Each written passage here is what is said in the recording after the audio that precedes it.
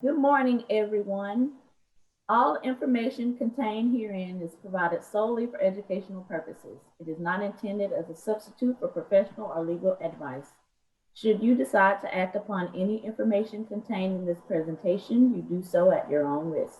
While the information posted has been verified to the best of our abilities, we cannot guarantee that there are no mistakes or errors. This is the Enviroschool program at the Louisiana Department of Environmental Quality. Today, we are presenting Understanding Industrial Water Permitting. I'm Tamika Priolo, coordinator for Enviroschool, and I will be moderating today. We will be muting everyone except for the speakers. However, just as a precaution, go ahead and keep yourself muted individually as well.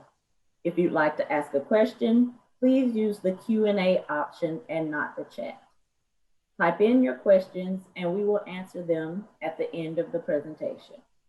Slides and a recording of this webinar will be available on the LDEQ YouTube page and the Enviroschool website. There will be a poll at the end of this webinar to provide your feedback so we can improve our sessions, so please complete before logging off. Email any comments, questions, or concerns to enviroschool@la.gov. I also encourage you to email us any topics that you would like to see presented. We have our calendar for the rest of the year posted on our website, but we're already looking ahead to next year for topics. So please feel free to email those to the Enviroschool email address. We have two speakers today, Jillian Strickland and Melissa Carley. Our first speaker, Jillian, is a Baton Rouge native who graduated from Southeastern Louisiana University in 2012 with a Bachelor's of Science degree in biology, followed by a master's degree in biology in 2016. In April 2017, she began working with LDEQ in the Water Permits Division in the Industrial Permits Group. Our second speaker, Melissa, was born, raised, and homeschooled in Baton Rouge. She graduated from LSU in 2012 with a degree in animal science and a minor in psychology. She was a veterinary technologist for 13 years before coming to DEQ in 2018. She is now an environmental scientist who writes industrial water permits for DEQ. Now, Christy Clark from our Water Permitting Division has a quick update to today's agenda. After that, Jillian, you may begin. Okay, everyone. I know that whenever the press release went out, it said that we were going to talk about the ammonia criteria. Unfortunately, we're still undergoing some reviews of our implementation procedures at this time. So we're not going to have any discussion about ammonia criteria for this Enviroschool. We do apologize for that. So myself and Melissa will be covering a couple different topics today, such as what's included in your water permit, how to determine if you need a water permit, as well as the types of permits that we offer in this division. So to go ahead and get started with a little bit of background, the State Water Discharge Permit Program is called the Louisiana Pollutant Discharge Elimination System, also called LPDES. Louisiana has authority to implement the federal or EPA water permit program called the National Pollutant Discharge Elimination System, also called the NPDES. Prior to 1996, water discharge permittees were required to maintain 2 water discharge permits, one from the state and one from the federal government. In 1996, permitting authority was transferred to LDEQ under the LPDES program. With the transfer of permitting authority, permittees now only need 1 all-encompassing permit.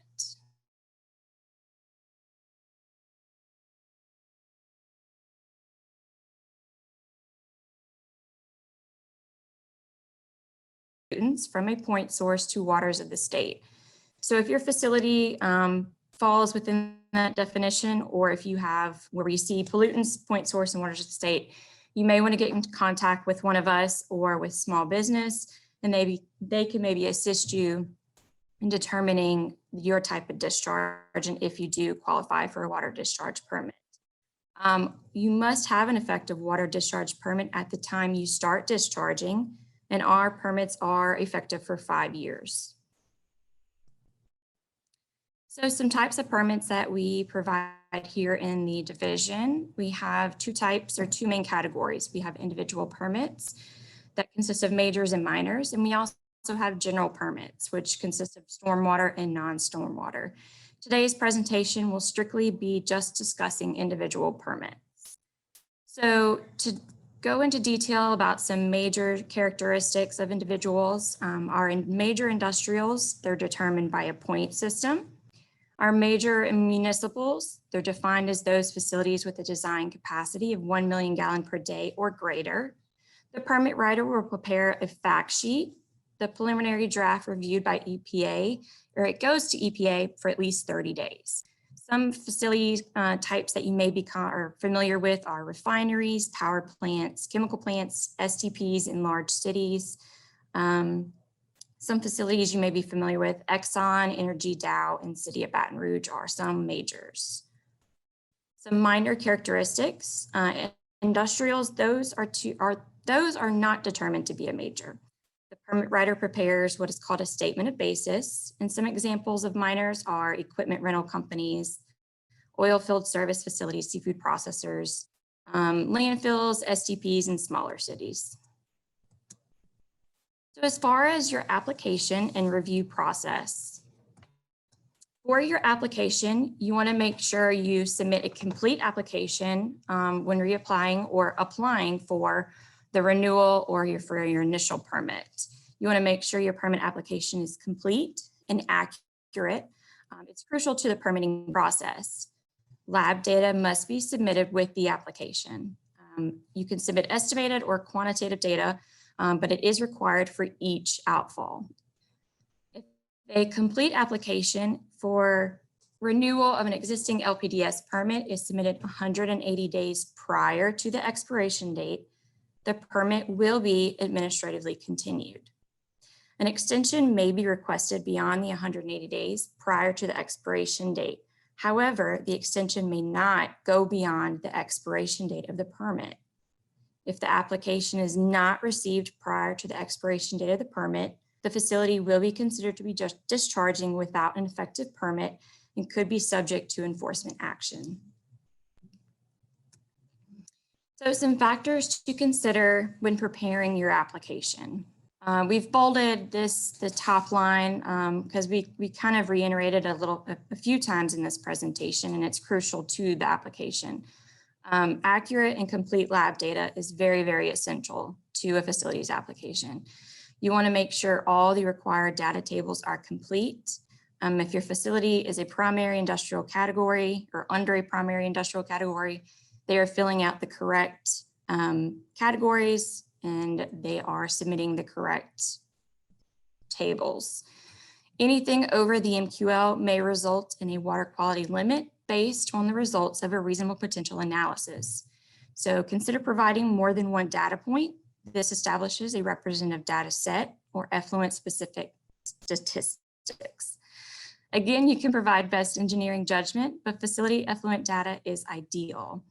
Again, we're going to mention lab data and complete applications a lot in this presentation. So please, if you take away one thing, take that away from this webinar. So once we receive the complete application, the permit writer performs a technical review of the application. So during the tech review, the permittee may be required to supply additional information. This information may range from a simple yes or no answer to a comprehensive analysis on the effluent.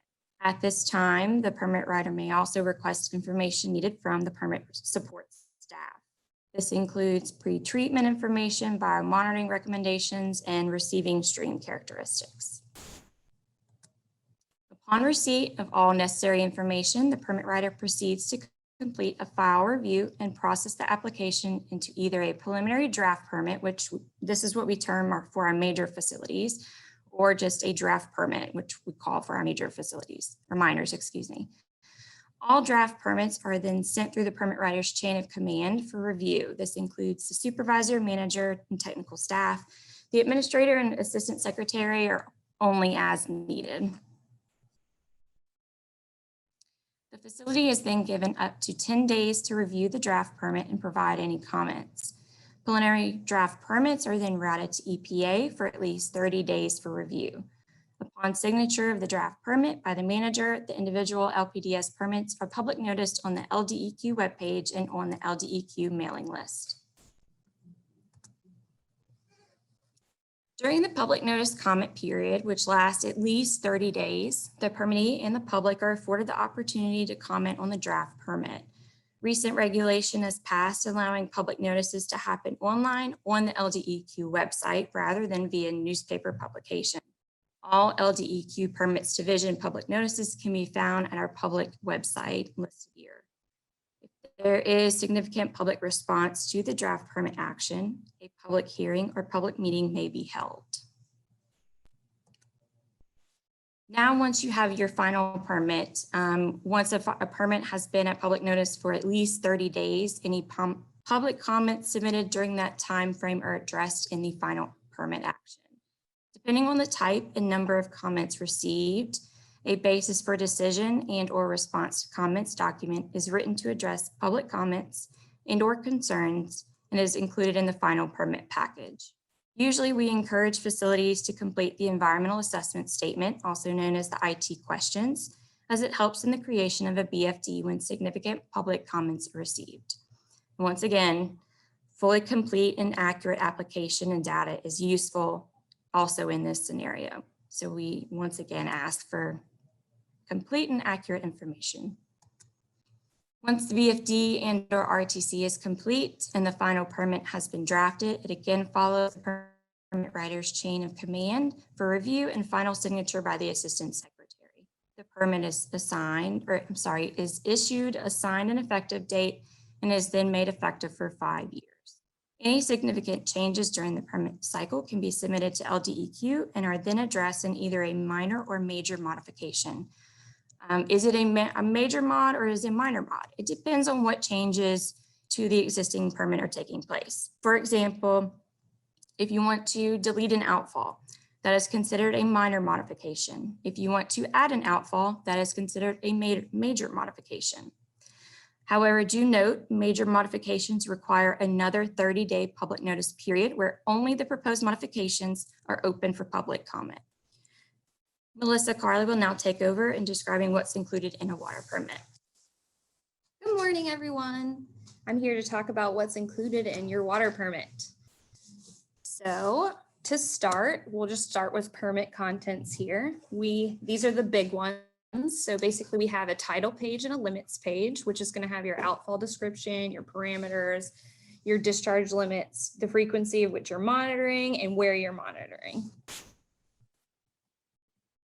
So let's look at the title page here. So we have on the left what we call the golden ticket, which is your title page. It's going to have your most crucial info, including your subsegment, your receiving waters, your facility type, where it's located, you as the permittee, as well as your LA number and your AI number, and the most important, the signature issuing the permit. Next, we have your limits page. So here we have what you usually see that's common in a major permit. It's also called a non-tempo permit, and it's going to have your effluent limitations, your monitoring requirements, footnotes as needed, and everything like that. So then we'll move on to the other limits page, what we call a tempo permit. So it's also going to have your limitations and your monitoring requirements and narrative requirements. And this type is usually common in minor permits. All right, so we also have in your permit what we call other conditions or part 2 on a non-tempo permit. This is going to include your reopener language, your easement or right-of-way language, your requirements to submit DMRs, also net DMRs, which hopefully you've signed up for by this point. Also your SWIP requirements, stormwater pollution prevention. Also your biomonitoring requirements, if your facility needs that, any pre-treat room requirements, your best management practices, also called BMPs, or any facility-specific conditions, depending on your discharge or type of facility. So lastly, in a permit, you're going to have what we call your standard conditions, or in a non-tempo permit, we call it your part 3s. These are your duty to reapply, the 180 days before the expiration, the right of entry for inspections by LDEQ, your penalties that come with enforcement, any kind of monitoring procedures and approved analytical methods, also your bypass and upset record keeping, your proper operation and maintenance, any kind of reporting requirements if you have any changes at your facility or any kind of non-compliance that happens, as well as emergency situations, which here, you know, any kind of hurricane type deal, your signature requirements, and also your laboratory accreditation. So we're going to review a little bit of the terminology here and the difference between major permits and minor permits. So like Jillian mentioned earlier, in a major permit, we have what's called the fact sheet. In a minor, it's called the statement of basis. So most major permits are going to have non-tempo permit pages, but there are some majors that do have tempo permit pages, but they're usually more non-tempo. And the same goes for minors. Minors are going to have mostly tempo permit pages, but there are some, such as like barge facilities, that are going to have non-tempos. So then you also have your part 1, which is your draft and your minor permit, your part 2, which is considered your other conditions in a minor, your part 3, which is your standard conditions. And then the draft for a major permit before it goes to EPA for 30 days is called the preliminary draft permit. And that's the main difference between the major and minors is the EPA 30-day. They both go to public notice. Okay, so let's talk a little bit about effluent limits. There are two types. Oh, well, numerical limits are discharges. There are numerical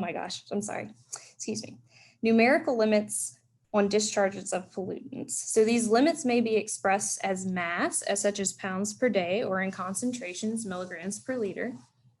It may limit specific pollutants, such as cyanide or metals or anything like that, or it could be an indicator pollutant, such as COD or BOD. It also includes your BMPs and your SWIPs, which is your stormwater pollution prevention requirements and your best management practices. So there are two different types of effluent limitations. We have your technology-based effluent limitations, which are your T-bills, or your water quality-based effluent limitations, WQ bills.